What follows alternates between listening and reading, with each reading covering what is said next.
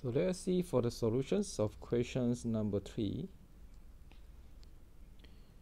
Question number 3, we have y prime is equal to 4y squared plus 1.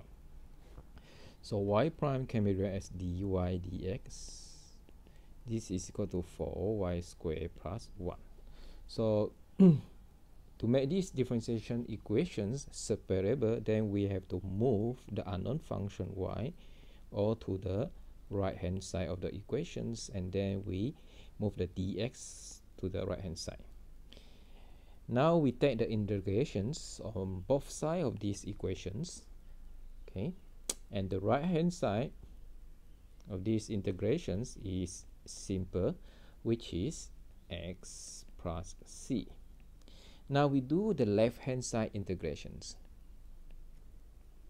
So the left hand side integrations can do using the substitutions. Okay, so we let u equal to 4y squared plus 1, and then du dy, then we have add y. Okay, and then dy is equal to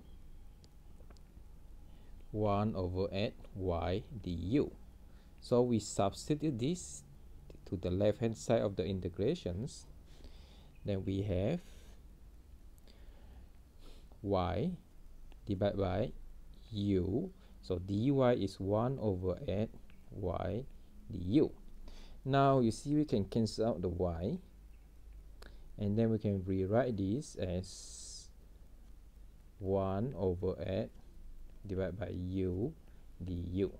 Now we can move the constants 1 over add outside the integrations, then we integrate with respect to u, 1 over u du.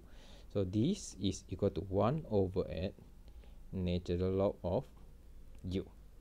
Now we press back the u in our equation. So u is equal to 4y squared plus 1.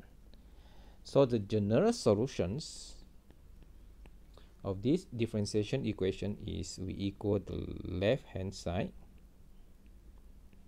integration result with the right hand side here, which is x plus c.